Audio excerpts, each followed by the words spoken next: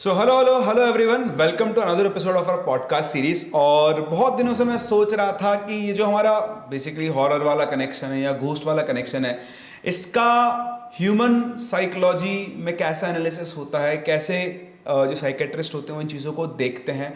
और इसी सर्च के दौरान मैं मिला डॉक्टर विनायक पाठक से, जो कि पिछले 8 सालों से इस फील्ड के अंदर काम कर रहे हैं। लोगों की मेंटल हेल्थ को इम्प्रूव करने के अंदर इनका बहुत बड़ा योगदान है। और मैं जब इनसे मिला तो मुझे लगा कि he is the right person जिनके साथ बैठकर हमको बातें डिस्कस करनी चाहिए कि आखिर क्या होता है गोस्ट, क्या होता है पैरानॉर्मल, क्या होती है सुपर नेचुरल पावर्स, कैसे लोग इस लेवल तक पहुंच पाते हैं। ऐसी बहुत सारी चीज़ें जो हम डिस्कस करने वाले हैं, ऐसे बहुत सारे क्वेश्चन है जो आपके दिमाग में भी घूमते होंगे और उन क्वेश्चंस के आंसर्स आज आपको मिलने वाले हैं। So let me introduce doctor Vinayak Pathak. नमस्ते। नमस्ते सर, वेलकम। सबसे पहले तो बहुत आपका अच्छा लगा। हमारे इस पॉडकास्ट के ऊपर। और सर आपसे मिलके मतलब जब मैं आपसे इंटरेक्ट किया, मैंने शुरुआत में फर्स्ट टाइम जब मिला था तो मुझे लगा था कि मुझे आपसे बहुत सारे क्वेश्चंस पूछने हैं, इसलिए मैंने किसी तरह की कोई तैयारी नहीं की और आपसे बहुत स्पॉन्टेनियसली क्वेश्चंस पूछने वाला हूँ। और आई होप हमारी ऑडियंस को भी बहुत मज़ा आने वाला है आपके साथ। आपकी जो नॉलेज है, आप जो नॉलेज शेयर करेंगे और जो आपके व्यूज़ होंगे उनको सुनकर। तो शुरू करें चीज़ों को। बिल्कुल श्योर सर। सर सबसे पहले तो साइकेट्री के फील्ड में आपने एंट्री कैसे ली? मेरा जो एरिया ऑफ इंटरेस्ट शुरू से रहा था वो human brain and human psychology धीरे धीरे करके took a turn over the events. पहले मेरा इंटरेस्ट जो था वो इंग्लिश राइटर्स एंड पोइट्री में था, एंड देन धीरे धीरे शिफ्टेड टू कि भाई ह्यूमन क्या चल रहा होगा, कोई जो जो करता है, कुछ भी जो करने वाला है वो क्या सोच रहा होगा। So I started with basic being an empath, मतलब ये समझना कि I am just stepping into someone's shoes to feel कि भाई वो किन सर्कमस्टांसिस में क्या चॉइसेस ले रहा होगा।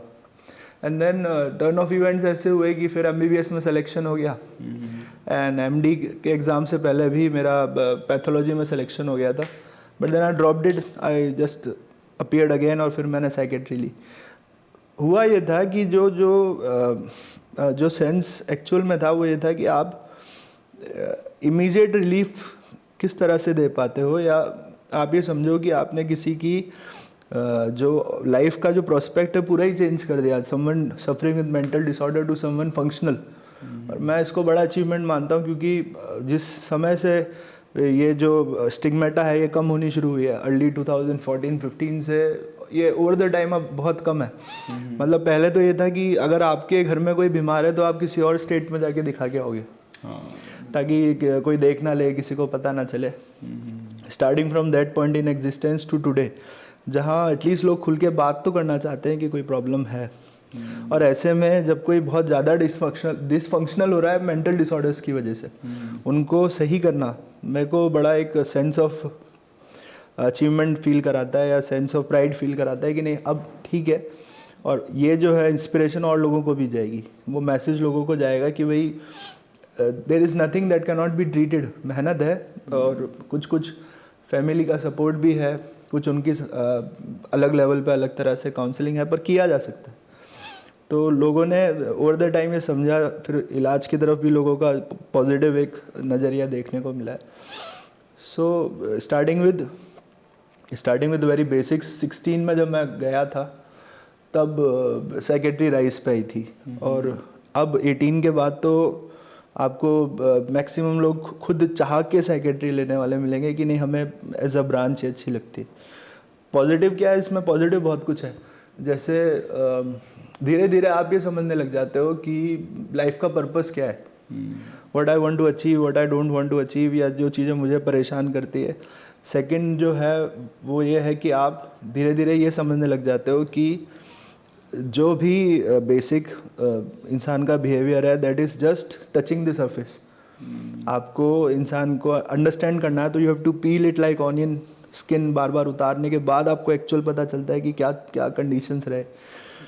तीसरा जो है, आप लोगों को इमीडिएटली जज नहीं करते। एक सेंस ऑफ ओरिएंटेशन आ जाता है कि हाथों हाथ जज नहीं करना किसी को भी।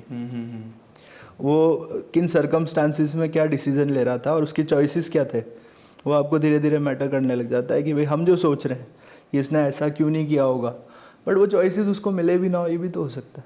तो हाँ, दूसरा जो कंपैशन है, जो एक अफेक्शन है लोगों के लिए, या सेंस ऑफ हेल्पिंग देम, वो बहुत ज़्यादा बढ़ जाता है। तो बहुत सारे ड्राइविंग फैक्टर्स इसके अंदर आपके रहे।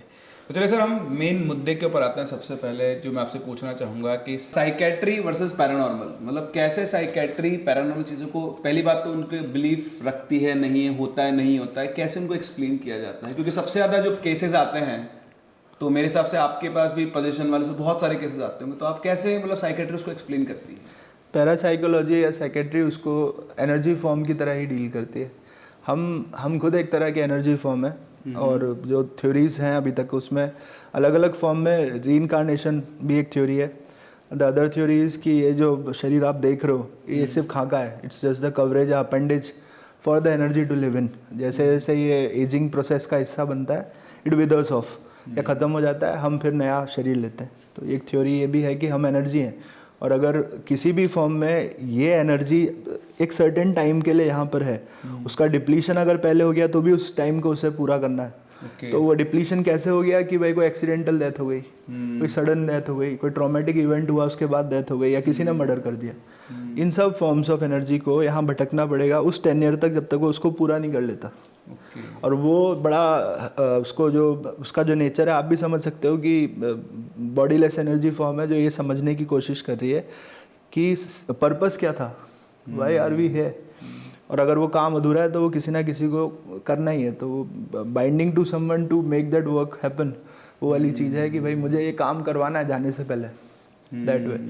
तो हम उसे एनर्जी फॉर्म की तरह ही डील करते हैं। मैं कम्प्लीटली मना नहीं करता, एग्जिस्टेंस नहीं होती, बट द थिंग इज़ कि उसका कनेक्शन किस चीज़ से है। साइकेट्रिक पॉइंट ऑफ व्यू से अगर मैं उसको साफ ये बोल दूं कि साहब ये this is some sort of position, समझ में आता है, पर क्यों है ऐसा, एग्जिस्ट क्यों कर रहा है, उसका जो पूरा फोरग्राउंड है, जो उसका बैकग्राउंड में जो भी प्रॉपर हिस्ट्री जो मिल रहा है उसका, उसके हिसाब से मैं उसको फोकस करूँ। इसीलिए कई केसेस में ऐसा होता है कि मतलब कोई मतलब बेसिकली जो रिवेंज के लिए आते हैं, या फिर कई बार ऐसा होता है कि यार मेरा ये काम रह गया था तो मुझे ये कैसे न कैसे करके पूरा करना है, इसको तुम पूरा कराओ तब मैं जाऊँगा। हाँ, मुक्ति बोलते हैं कि लास्ट में मिल जाती है उनको। क्योंकि मेरे पास ऐसी स्टोरीज भी आई थी जिसमें से मैंने 2-3 केसेस कवर किए हैं। वो एनर्जी फॉर्म तिलमिला रहा है बेसिकली, उसको अपना टाइम पीरियड पूरा करना है, और कहीं ना कहीं शायद ये भी मैसेज होता है कि भाई अपने आज में जियो और आज के काम पूरे करो, उसको प्रायोरिटाइज करो। वो एनर्जी फॉर्म ये चाहता है कि उसका काम खत्म हो, जा सके यहाँ से। मोक्ष मिलना तो खैर सबसे अच्छी चीज़ है, उसका फ्री कार्ड वही है। हाँ, उसका फ्री कार्ड वही है। और वो चाहे वो फिर डरा के करा ले, धमका के करा ले, मारपीट कर ले, या तुम्हें अलग तरह का कुछ करके दिखाए कि भाई मेरे पे ध्यान दो, मैं हूँ यहाँ पे, परेशान हो रहा हूँ, दैट वे, पर उसे अपना काम करवाना बेसिकली। तो सर इसमें ऐसा भी होता है कि जैसे अगर हम इसको एनर्जी फॉर्म मान लें तो कि जैसे इनकी भी कोई इंटेंसिटी होती है, कि जैसे मैंने कई केसेस में देखा है कि ऐसा नहीं हो कि आप किसी ऐसी जगह पर गए जहाँ पर जिसको लोग हॉन्टेड बोलते हैं, फिर वहाँ पे ऐसा नहीं था कि पहले दिन में आपको चीज़ें दिखना हो गई, शुरू हो गई आपसे, पहले धीरे धीरे मैनिफेस्टेशन होता है इन चीज़ों का। तो ऐसा कुछ होता है इसकी कोई मैनिफेस्टेशन की भी थ्योरीज हैं यार। आप एक पर्टिकुलर इंसान की कहानी से कैसे कनेक्ट करते हो, वो भी बहुत मैटर करती है। हो सकता है वहाँ जाते आपको थोड़ा नेगेटिविटी महसूस हो एटमॉस्फेयर में, बट धीरे धीरे आप जब उसके बारे में जानना शुरू करोगे तब आप किस तरह से कनेक्ट करते हो। योर विलिंगनेस टू हेल्प, वो भी बहुत मैटर करती है। हर किसी को नहीं दिखता, हर किसी को महसूस भी नहीं होता। तो थ्योरीज अभी तक ये हैं कि भाई जो मोर ससेप्टेबल है वो नेगेटिविटी की तरफ ज़्यादा है। ज़रूरी नहीं है, पर आपका जो ज़्यादातर जिनको खुद पे ज़्यादा विश्वास होता है या कॉन्फिडेंस होता है, वो इन चीज़ों को कम एनकाउंटर करते हैं, क्योंकि वो उस एनर्जी को एक्सेप्ट नहीं करते आसानी से। और जिनको साथ है, फिर हो सकता है कि they are meant to be serving the purpose. और पोजेशंस के मैंने केसेस देखे हैं, ऐसा नहीं है देखे हैं, बट अगेन मैं उसको इसी तरह से डील करता हूँ कि भाई पर्पस क्या है, क्यों करना है। और अगर मुझे 1-to-1 इंटरव्यू भी करना होता है तो मैं पहला सवाल बस यही पूछता हूँ कि क्यों, वाई, कौन है, क्या है, ये फ़र्क नहीं पड़ता, क्यों भाई, किस सेंस में ये सब करना चाहता है, इसका तेरे से क्या कोरिलेशन है, पर्पस क्या है, और इसी से क्यों कनेक्ट करना चाहता है, दैट वे। तो इसमें सर ये भी होता है मेरे हिसाब से, जो आप कहना चाह रहे हैं ये शायद एक तरह की मेंटल शील्ड होती है। हाँ। जो लोग की पॉजिटिव थिंकिंग होती है या जो लोग अपने पर ज़्यादा सेल्फ कॉन्फिडेंस रखते हैं, उनके एक बैरियर जो होता है वो बहुत स्ट्रांग होता है। फिर जो लोग जिनके दिमाग में नेगेटिविटी, जो जिनको हम ओवर थिंकर्स बोलते हैं, हर छोटी छोटी चीज़ के ऊपर सोचना और हमेशा उसका नेगेटिव आस्पेक्ट ही निकालना, उनका मेंटल बैरियर वीक होता है। तो मोस्टली जो लोगों का इनकाउंटर होता है, जिनके साथ पोजेशन वाले केसेस होते हैं, वो मोस्टली इस कैटेगरी के अंदर फॉल करते हैं। हाँ, ये किसी ना किसी तरह की गिल्ट को अपने साथ कैरी कर रहे होते हैं और over the time that turns into negativity. मतलब हो सकता है कि अंदर से कमज़ोर है थोड़ा, या आप कह सकते हो कि मॉरली या साइक के फ्रैक्चर्ड साइक बोलते हैं हम लोग। साइक फ्रैक्चर होने के बहुत सारे कारण हो सकते हैं। चाइल्डहुड ट्रॉमा हो सकती है, बचपन में कुछ ऐसा हो गया जिसकी वजह से, या चाइल्डहुड अब्यूज़ हो गया, बचपन में कोई अब्यूज़ हुआ है, कोई ऐसी इवेंट उसने देख लिया जो बहुत ट्रॉमेटिक है। जैसे जो रेफ्यूजीज़ हैं, पीपल फ्रॉम वॉर हैं, जिनके साथ एक्चुअल में ट्रॉमेटिक हुआ है कुछ ना कुछ। तो ये उस फ्रैक्चर को, अब अच्छा इसकी थ्योरी ये भी कहती है कि जिस एज ग्रुप में फ्रैक्चर होता है उससे उभर पाना बहुत मुश्किल है, और अगर आप उसका असेसमेंट करोगे भी तो हो सकता है समय उसके लिए उस पॉइंट ऑफ टाइम पे रुक गया है। वो लेवल ऑफ मैच्योरिटी आपको कहीं ना कहीं कम दिखेगी। वो अपने उस सिचुएशन से ही हर चीज़ को असेस करता है। वो he is driven back in time, देखिए मेरे साथ ऐसा हुआ है तो अब मुझे क्या करना है, ये सवाल हमेशा आपको पूछने के लिए मिलेगा। कुछ इसका पॉजिटिव जवाब देते हैं कि भाई अगर मेरे साथ हुआ है तो मैं दूसरे के साथ तो नहीं होने दूंगा, और कुछ ऐसे हैं कि मेरे साथ हुआ है तो दूसरा कैसे इसको समझेगा, दैट वे। या कि मेरे साथ हुआ है तो सबको इसको फील करना चाहिए, दैट वे। तो यही बेसिक डिफरेंस है। अगर आप कॉमिक्स का पढ़ने का आपका शौक है तो बैटमैन और जोकर में यही डिफरेंस है। दोनों की जो ओरिजिन स्टोरी है वो एकदम सिमिलर सी है, ज़्यादा उसमें आपको डिफरेंसेस नहीं मिलेंगे। फ़र्क क्या है कि बैटमैन का ये सोचना है कि हमें गलत चीज़ को होते वक्त रोकना है, और उसके लिए मैं, उसका एक पार्ट ये भी है कि मैं वेपन्स यूज़ नहीं करूँगा। और जोकर का जो माइंडसेट है वो ये है कि जिस लेवल ऑफ ऑर्गेनाइजेशन पे वो है उसे ग्रास रूट से उखाड़ दो ना। अगर आप सिर्फ जो एजेंट्स ऑफ केओस है उन्हें ही टारगेट कर रहे हो, जो गलत कर रहा है, जो करवा रहा है उसे टारगेट करो। तो इन दोनों की अप्रोच में फ़र्क है थोड़ा सा। और एक्चुअल में आप देखो तो उस पूरी मूवी में एक्चुअल में जिसने क्राइम सिंडिकेट को ख़त्म किया है वो जोकर है। साइकी दोनों का सेम है, बट अप्रोच अलग है, परसेप्शन अलग है। उसका भी वही परसेप्शन था कि इसको ख़त्म करना है, बट वो बैटमैन को बनाता है कि मैं उसे रोकूंगा तुम्हारे लिए। और एंड में आप देखोगे कि वो पूरे जितना भी उनसे पैसा लूटता है उसका बंडल बना के उसमें आग लगा देता है। अच्छा, बिल्कुल एंड में आप ये सीन देखोगे। तो वो देखी नहीं, मैं तो दोनों मूवीज नहीं देखी, कोई बात नहीं, पर मुझे साइकी बहुत अच्छे से समझ में आ गई। हाँ, तो अल्टीमेटली उसको पैसा चाहिए भी नहीं था इन लोगों से। उसका ये था कि ऑर्गेनाइज क्राइम एग्जिस्ट करता है क्योंकि इनके पास अनाप शनाप पैसा है, ये उसका मिसयूज़ करते हैं। इसने उन सबको इकट्ठा किया एक जगह और टारगेट करके इन सबको ख़त्म करना शुरू कर दिया। तो मैं सिर्फ एग्जाम्पल के तौर पे बता रहा था कि परसेप्शुअल डिस्टर्बेंसेस का कारण भी यही है। अच्छा, आप देखोगे कि कई कई ऐसे आपके पास आएंगे कि मुझे आवाज़ आती है कान में, मुझे ऐसा लगता है कि कोई पुकार रहा है, कोई मुझे कंट्रोल कर रहा है, या ऐसा लगना कि कोई आउटसाइड एक्सटर्नल एलियन है जो मुझे कंट्रोल करता है। तो ये सब पार्ट ऑफ साइकोलॉजिकल सिम्टम्स हैं। हो सकता है ये the very starting of schizophrenia हो, और कुछ चीज़ें उसको समझ में आने लगी और तुम्हें बता रहा है। तो ऐसे केस में मैं हमेशा एक लाइन ड्रॉ करूँगा कि क्या साइकोलॉजिकल है, क्या चीज़ें हैं जो उसके एम्बिट में बैठ रही हैं, सही बैठ रही हैं, सटीक एकदम। जैसे कि ऐसा लगना कि मुझे हमेशा कैमरे के थ्रू ऑब्जर्व किया जाता है, या ऐसा लगना कि कहीं भी जाने पे महसूस होना कि फलाना लोग मेरे खिलाफ साजिश कर रहे हैं, पर वो उस चीज़ को पूरी तरह से एक्सप्लेन नहीं कर पा रहा। मतलब कि आप अगर उसे बिठा के पूछो कि यही लोग क्यों कर रहे हैं, आउट ऑफ एवरीथिंग एल्स यही 3-4 लोग क्यों कर रहे हैं, तो वो उस कनेक्शन को इस्टेब्लिश नहीं कर पा रहा। तो हो सकता है कि ये उस बीमारी का हिस्सा हो, क्योंकि एकदम से मार्क आउट कर देना कि यार ये पोजीशन ही है। हो सकता है कि वो इसी चीज़ में बहुत ज़्यादा डेप्थ में चला गया कि मुझे तो मार ही देंगे, ऐसा भी हो सकता है। तो उनको देख के वो उसका बिहेवियर चेंजेस आ गए। फिर स्किज़ोफ्रेनिया का आपने नाम लिया, मतलब मैंने सुना बहुत है, उसके लिए मैं जानता बहुत ज़्यादा कुछ नहीं हूँ। क्या आप एक बार डिटेल्स बताएंगे कि क्या है स्किज़ोफ्रेनिया जो है ना, इसको बेसिक हिंदी में मानसिक विदलता कहते हैं, मनोविदलता। अच्छा। और स्किज़ोफ्रेनिया एज एन एंटिटी जो है, पहले उसको डिमेंशिया प्रिकॉक्स बोलते थे, और स्किज़ोफ्रेनिया मिसनॉमर है, मतलब उसका नाम चेंज करके बाद में स्किज़ोफ्रेनिया किया गया। ओके। डिमेंशिया प्रिकॉक्स ये सेंस होता है कि वो भूल गया, अपनी पुरानी पर्सनैलिटी को भूल गया है, और एक अलग से पर्सनैलिटी सी है जो मतलब अभी जस्टिफाइड नहीं है, आप नहीं समझा पा रहे कि ऐसा क्यों हो रहा है। और जो स्किज़ोफ्रेनिया है दैट इज़ स्कीज मतलब ब्रोकन, फिर फ्रीनिया इज़ पर्सनैलिटी। तो ये जो है स्प्लिट पर्सनैलिटी नहीं है, ये बहुत अलग एंटिटी है उससे। But when it comes to schizophrenia ना, इसके बहुत सारे first and second rank, third rank ऐसे सिम्टम्स होते हैं जिनको मार्क किया गया। तो इसमें क्या है कि देखो, इसमें थ्योरीज ये भी कहती हैं कि अब नॉर्मल एसोसिएशन है, जो दोनों ब्रेन के जो हेमिस्फीयर्स हैं उनका करेक्शन में कुछ गड़बड़ है। अच्छा। तो एक वन ऑफ द थ्योरीज ये है कि कुछ एबनॉर्मल अमीन्स बन रहे हैं शरीर में, एबनॉर्मल प्रोटीन्स बन रहे हैं जिनकी वजह से हो रहा है।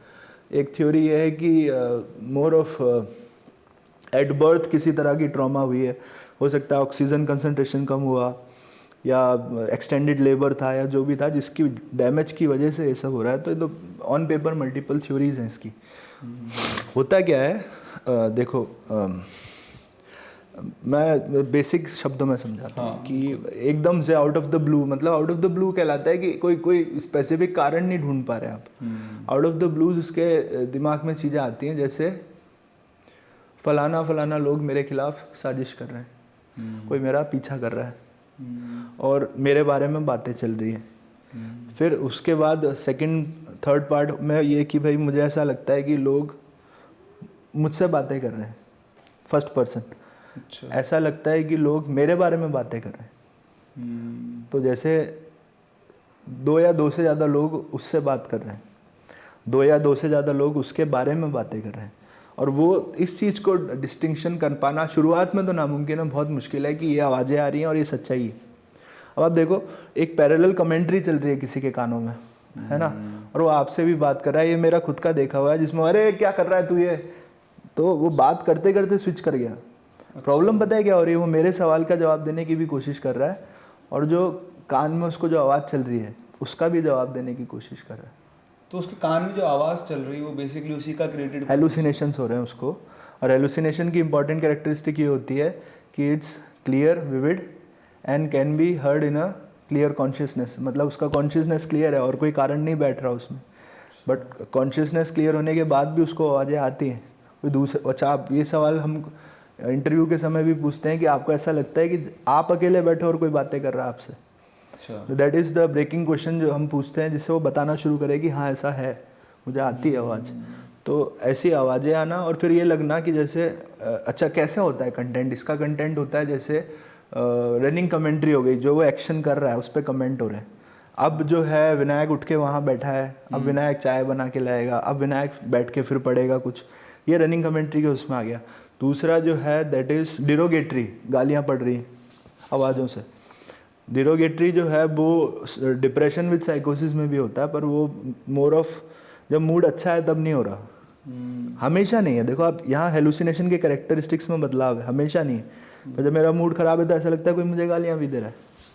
तो बट सर वैसे मैंने इस चीज़ को ऑब्जर्व किया है कि हर नॉर्मल इंसान है, आप भी, मैं भी, और शायद जो भी लोग देख रहे हैं पॉडकास्ट को, जो भी लोग हैं दुनिया में एग्जिस्ट कर रहे हैं, वो सब आपस में तो हमेशा खुद से तो बात करते ही रहते हैं। हम कोई भी काम कर रहे हैं भाई पैथोलॉजिकल नहीं है। जैसे मैं सोच रहा हूँ कि यार मुझे ये प्रोसेस 1 2 3 4 5, और मैं अपने कॉन्शियस बीइंग से ये कि भाई मुझे याद है इसका ऑर्डर क्या था, ये ऐसे है, ये ऐसे, ये ऐसे। ये जो है ये हमारे लेवल पे हमारा ऑटोमेशन है, ये हमारी न्यूरोप्लास्टिसिटी है जो हमें चीज़ों को याद रखने में हेल्प करती है। या कि यार ये ऐसे नहीं होना था यार, तो ये हमारा इंट्यूशन है। तो बट एक है कि हम नहीं कर रहे, पर एक्सटर्नली हमें महसूस हो रहा है। इसीलिए वो थ्योरी आती है कि मुझे ऐसा लगता है कि एलियंस जो है ना वो मेरे अंदर विचार डाल रहे हैं। कोई एक्सटर्नल एजेंसी है जो मतलब जिसमें आप थॉट एलियनेशन कहते हो कि ऐसे तो मेरे विचार कभी नहीं थे, मैं ऐसा कैसे सोचने लग गया। या थॉट विड्रॉल है कि मेरे दिमाग से विचार निकलते जा रहे हैं, I am not the same person anymore. तो ये चीज़ें जो हैं काफ़ी इंटरेस्टिंग है जब आप बैठ के देखो और आप उसे समझने लग जाओ कि ऐसा हो रहा है। और इसमें एक और केस था जो काफ़ी ओवर द टाइम काफ़ी कॉम्प्लिकेट हो गया था, जिसमें उसके पेरेंट्स उसको लाए स्किज़ोफ्रेनिया के लिए थे। और हमने असेसमेंट करके उसी तरह से उसका इलाज भी शुरू किया।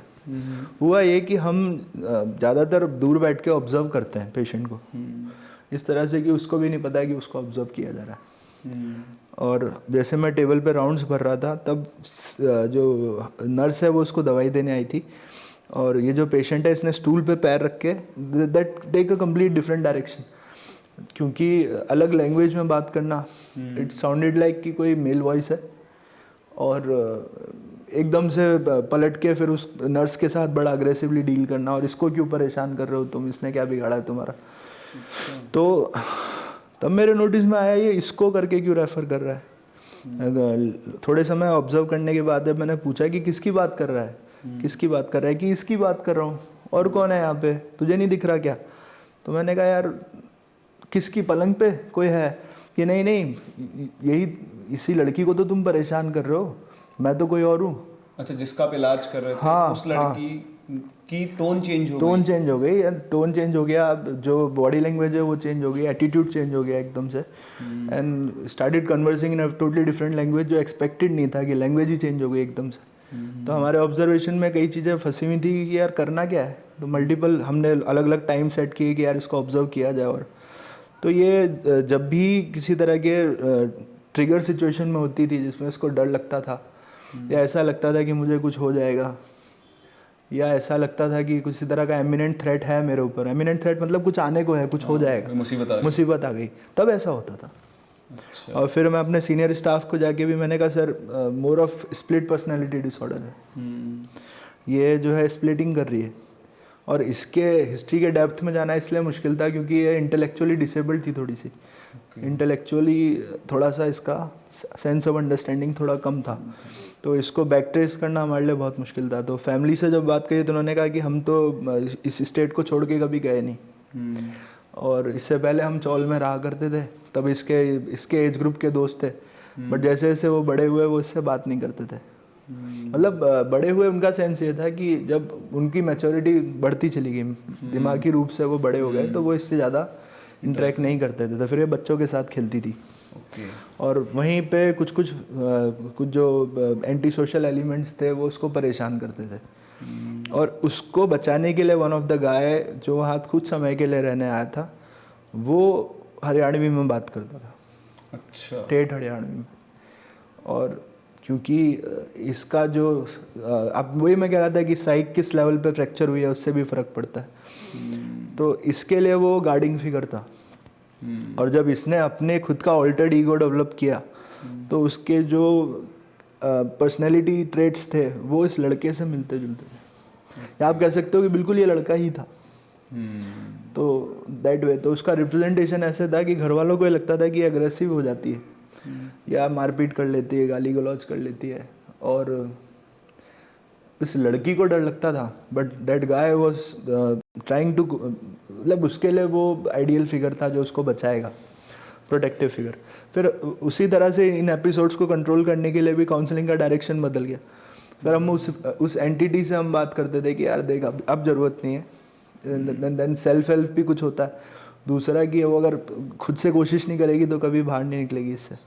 और चौथा ये कि भाई इस एंटिटी को जो भी आप कह लो, ऑल्टर्ड ईगो कह लो, ऑल्टर्ड पर्सनैलिटी कह लो, उसको आना से रुकना पड़ेगा। उसे इसलिए रुकना पड़ेगा क्योंकि अब अगर ये बार बार आएगा ना तो इसकी लाइफ ख़राब कर देगा। वो बार बार वही मैसेज कन्वे करने के बाद जो एपिसोडिक बार बार फ्रीक्वेंसी थी वो कम होती चली गई।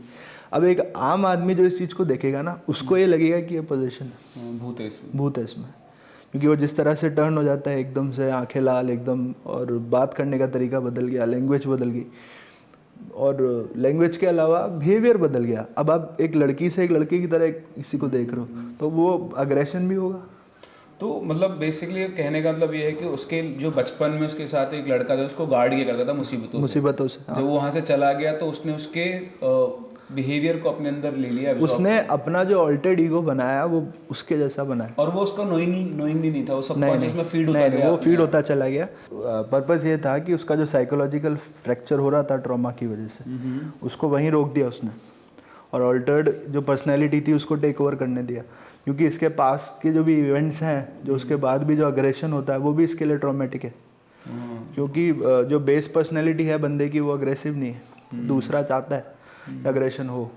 तो ये फ़र्क है। और दूसरी चीज़ जो मैं आपको बताना चाह रहा था कि पिक्चराइजेशन बहुत सिमिलर सा होगा। मतलब आप जब देखोगे ना on the basic on the surface की पोजीशन, स्प्लिट एंड स्किज़ोफ्रेनिया का जो पैरानॉइड स्टेज है जब वो अग्रेसिव है, तब भी हो सकता है ऐसा कि वो उन आवाज़ों को रिपीट कर रहा है आपके सामने, जो आवाज़ें उसको आ रही हैं, हाँ, तो उनको रिपीट कर रहा है। तो ये तो मेरा खुद का कई बार ऑब्जर्व किया हुआ है कि वो ऐसे हवा में देख के बातें करना, कुछ पकड़ने की कोशिश करना। तो द थिंग इज़ कि उसको वो एपिसोडिक अग्रेवेशन है भाई, वो किसी भी कारण से हुआ, उसकी बीमारी बढ़ गई, दवा छोड़ने की वजह से हो गया, या जो भी प्रेजेंटेशन है, पर वो देखने पर ऐसा लगेगा पोजीशन है। तो सर इसमें जैसे शिज़ोफ्रेनिया हो गया, स्प्लिट पर्सनैलिटी डिसऑर्डर हो गया, एक शायद डुअल पर्सनैलिटी डिसऑर्डर भी होता है। जैसे हमारे दोस्त थे जो याद करने के हिसाब से बोलते थे कि एक ही फ़ोन में 2 सिम लगे हुए। वो इन फनी वे, मतलब मेरे बैचमेट से एक साथ काम, हाँ, दोनों एक साथ काम नहीं करते। कोई भी पर्सनैलिटी डिसऑर्डर का मैं बताऊं आपको तो there is complete splitting and partial splitting. ये ऐसा है कि मे का जो ऑल्टर्ड ईगो है वो मैरी है। मैरी जो है वो ये जानती है कि मे एग्जिस्ट करती है, पर मे नहीं जानती कि मैरी एग्जिस्ट करती है। तो जब तक वो टेक ओवर करेगी ना, उसके मेमोरीज उसको नहीं होंगे। मतलब टेक ओवर करने से छोड़ने तक, जब वो उसका एपिसोड खत्म हुआ, हाँ, जो गैप रहा। तो इसमें कई लोग ऐसा कहते हैं कि मैं कपड़े खरीद लाई, मुझे याद नहीं कब खरीदे, ठीक है, और इस कलर के तो मैं पहनती नहीं हूँ, बिल्कुल नहीं पहनती, कलर ही पसंद नहीं है मुझे। बट आई डोंट नो, मेरी ड्रॉअर में, और वो ऐसे ही आपको डिस्क्राइब करेगी कि इन 7-8 दिन में जो भी इवेंट्स है मुझे याद भी नहीं है क्या हुआ था। तो इसको हम जो है वो स्लिप ऑफ माइंड फिनोमिनन की तरह देखते हैं कि वो आपको बोल भी सकती है कि इन 8-10 दिन में मैंने क्या किया मुझे नहीं पता, हाँ, बिल्कुल याद नहीं क्या हुआ है। तो हम फिर बैक ट्रेस करना शुरू करते हैं, कोई चोट लग गई थी, कोई सर पे चोट लगी है, या फिर वन ऑफ दिस जो मैंने आपको बताया कि इसका हिस्सा है, या फिर ऐसे कि भाई कोई बिल्कुल ही डिफरेंट एजेंडा पे काम करना शुरू कर दिया जिसमें ये बीच बीच में काम करता है। तो इस वजह से फिर हम ऐसे में बोलते हैं कि एक डायरी मेंटेन करो, और आदत ये है कि डायरी हमेशा लिखनी ही है। बाई चांस जो ऑल्टर्ड ईगो है उसकी भी डायरी लिखने में आ सकती है, तो उससे उसका बिहेवियर, हाँ, क्यों कारण होता हाँ। और दूसरा जो है the other part of splitting इसकी सारी पर्सनैलिटी जानती हैं कि वो एग्जिस्ट करती हैं। इस पर एक बहुत अच्छी मूवी बनी हुई है, दैट इज़ कॉल्ड ग्लास, अच्छा, दी ग्लास। उसके अंदर 24 पर्सनैलिटीज, बट सम हाउ इनको आपस, there is a round table phenomena happening, ये सारी जानती हैं कि एग्जिस्ट करती हैं एक ही इंसान के अंदर। तो ये है, और काफ़ी इंटरेस्टिंग होता है जब आप इसको समझने लग जाते हो। हम पढ़ते हैं फिर देखते हैं, पढ़ते हैं फिर देखते हैं, फैसिनेटिंग हाँ। मतलब आपको एक्चुअल में ऐसे लोगों से इंटरेक्शन करने में, अगर आपको पता है क्या चल रहा है तो मज़ा आने लग जाएगा। ये साइकेट्री, नॉर्मल आदमी को डर लगता है, डर लगता है। इसलिए जब आपने मुझसे पूछा था ना कि भाई साइकेट्री क्यों लिया आपने, तो हो सकता है कि मेरा अर्ली एक्सपोजर इन चीज़ों से रहा, मैं पढ़ने का शौकीन रहा था, तो मैंने ऐसा कुछ फिनोमिना देखने को कभी मिले। हाउ मतलब कितना, How is this possible? हाँ, कितना out of the world phenomena होगा कि कोई मल्टीपल लैंग्वेजेस में बात कर रहा है, या जो उसका एब्स्ट्रैक्शन है वो इतना सुपीरियर है कि वो मुझे कह रहा है कि तू नहीं समझेगा, तुझे कैसे समझ में आ जाएगा। तो ये बड़ा चैलेंजिंग भी है, अच्छा लगता है। तो सर इसमें जैसे मतलब फिर क्या साइकेट्री मानती है कि पोजीशन जैसी कोई चीज़ होती नहीं है? नहीं, ऐसा कुछ नहीं, ऐसा क्या पोजीशंस भी होते हैं? देखो, एक आइडियली स्पीकिंग ना चीज़ें बहुत डिफ़िकल्ट हो जाएंगी अगर मैं पेशेंट को या उसके रिलेटिव्स के लेवल पे मैं उनके बिलीफ सिस्टम को चैलेंज कर दूं। आप समझ रहे हो? जैसे किसी के फैमिली में है कि भाई टोना टोटका होता है, भूत बाधा होती है, तो अगर मैं उसको चैलेंज कर रहा हूँ ना, तो उसका मैं अपने लिए भी डिफ़िकल्टीज बढ़ा रहा हूँ और उसके इलाज की भी डिफ़िकल्टीज बढ़ा रहा हूँ। मुझे जिस बिलीफ को चैलेंज करना है ना, मुझे उसको सेग्रीगेट करना होगा। जैसे कि उसको ये लगना कि कोई मुझे मारने आ रहा है, या उसका ये लगना कि कोई मेरे बारे में बातें चल रही हैं, कुछ ना कुछ साजिश चल रही है, मुझे वो चैलेंज करना है। कल्चरल जो होती है ना चीज़ें, उनको चैलेंज नहीं करना चाहिए कायदे से। अगर कल्चरल नोशन ये है कि पिछले 100 साल से ये पेड़ एग्जिस्ट करता है और इसके नीचे जो बैठता है वो बीमार पड़ जाता है, अब वो जनरेशन बाय जनरेशन प्रोपोगेट हुआ है, पास ऑन हुआ है, तो अब मैं अगर उसकी बीमारी के टाइम पे मैं उससे पूछूंगा ना कि यार ऐसा क्यों है, उसका कोई जवाब नहीं। या ऐसा है कि तेरे साथ ही क्यों ऐसा हो गया, इसका भी कोई जवाब नहीं।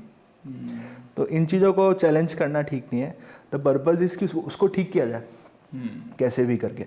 और अगर उसको ये लगता है कि पूजा करा के उसको थोड़ा एक मेंटल पीस मिल जाएगा, सेटिस्फेक्शन मिल जाएगा, तो I am of that opinion कि करा के आ जाओ। Do what ever deems necessary, जो तुम्हें लगता है कि ज़रूरी है इलाज के लिए, ठीक है करो, और फिर रिटर्न बैक जो भी ट्रीटमेंट होगा वो शुरू किया जाए। पर ऐसी सिचुएशन में इसको चैलेंज करना या कन्फ्रंट करना कि तुम लोगों का ऐसा मानना है इसलिए ऐसा हो गया, वो भी सही नहीं है, कोई मतलब नहीं है उसका। या फिर ऐसे है कि उसको एक्चुअल में कोई मेंटल डिसऑर्डर है और ये भूत बाधा कर रहे हैं उसकी, तो भी मैं उसको चैलेंज नहीं कर सकता। मैं उसको ये नहीं कह सकता कि यार पर से कि उसको कोई तो मेडिकल हेल्प दिलवाई जाए कैसे भी। अल्टीमेट गोल तो उसका इलाज करना है, वो जिस भी तरीके से हाँ, उसको आराम दिलवाना है उसको। आई थिंक एक्सेप्टेंस लेवल को बढ़ाने के लिए जो उसकी थॉट प्रोसेस उसके अंदर जाना बहुत ज़रूरी होता है, तभी आप उस चीज़ को डील कर पाओ। या फिर मैं ये जान लूँ कि भाई इसकी शुरुआत कहाँ से हुई है।